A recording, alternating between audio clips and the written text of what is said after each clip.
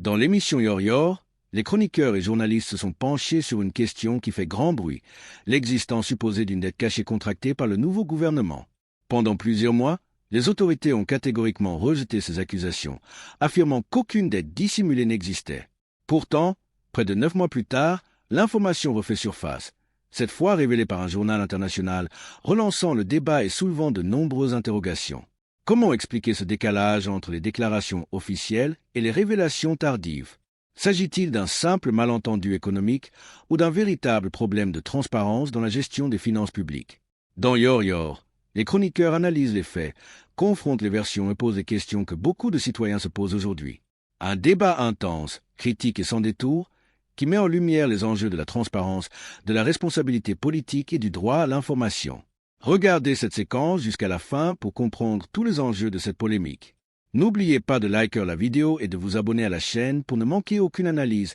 et aucun débat sur l'actualité. Aujourd'hui,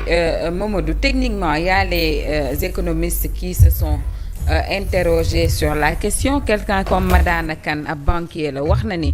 emprunter à des taux plus élevés que la dette qu'on veut rembourser ak ay fonds yoo xamante ni dañ koy recevoir moom jàpp na ni loolu ab catastrophe la te yemul ci moom rek ndax Pape Djibril Fall itam mi ngi démentir le ministre wax na ni l'Assemblée n'a pas été informée de cette dette et elle l'a pas validée également kon nëbbu na nëbbuwul man dama ciy am aversion et puis je pense que yeneen Sénégalais noonu lañ ci amee aversion. xam nga démb Cheikh Diba difficilement d'ailleurs la defee conférence de presse bi parce que justification yi yàgg na lool daanaka et puis ak di hésiter goo xamante ne ni mi ngi noonu bon mais xam nga moom lañ ko laaj muy li journal bi bind ak la mu tontu lépp dafa bokk. parce que Cheikh Diba liñ ko laaj rek moom mooy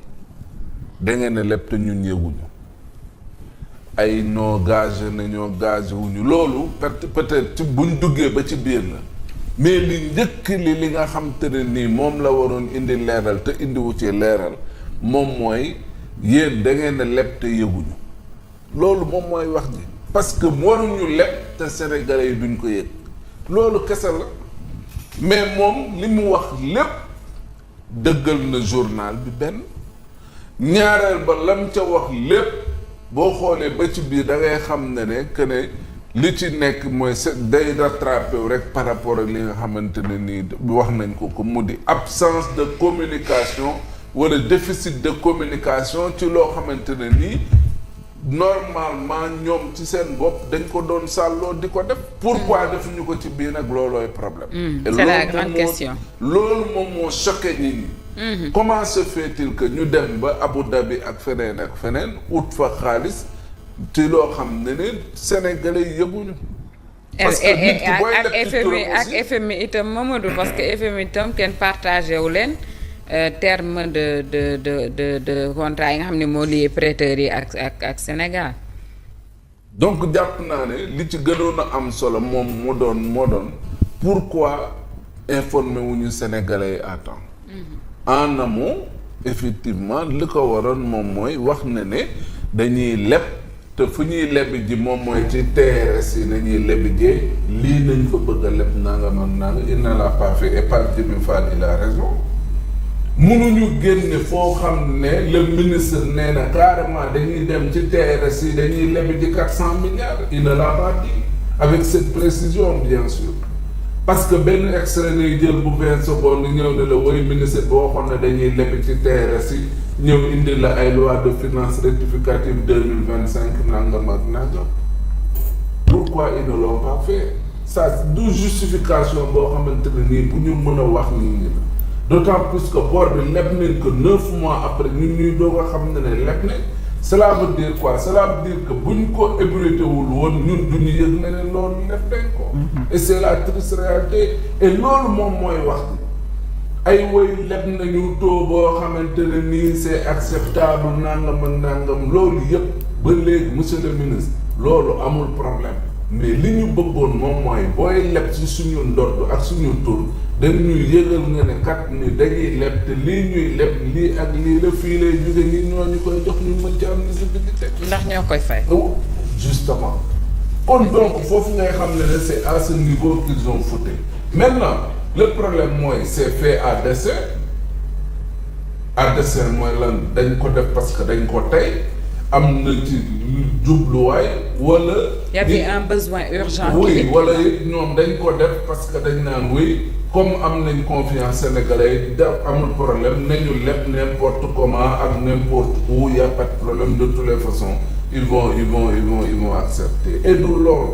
la transparence ak confiance bi nga xam ne am nañ ko ci ñoom nekkul ne oui dafa nekk gage boo xamante ne nii da leen di jox pour ñu mën a leb n'importe comment. leb dañ ko encadrer. munoo xëy di leb d'abord il y a consultance boo xam da nga ko war a def auprès de la Cour suprême qui doit te donner le quitus pour nga mën a leb. Au-delà de cela il y a le contrôle parlementaire les députés ci seen bopp war nga leen yëgal ne kat dinañ leb te bu ñuy leb kat fii nañuy leb ji lii nañ ci def commission yi lii lay doon ku ci nekk lii lay doon prime yeeg assurance yeeg lépp nga détaillé ko loolu moom mooy dëgg loolu moom mooy yoon. mais loolu yëpp amu ci Cheikh qu'est-ce qu'il nous a dit gagé wuñu dara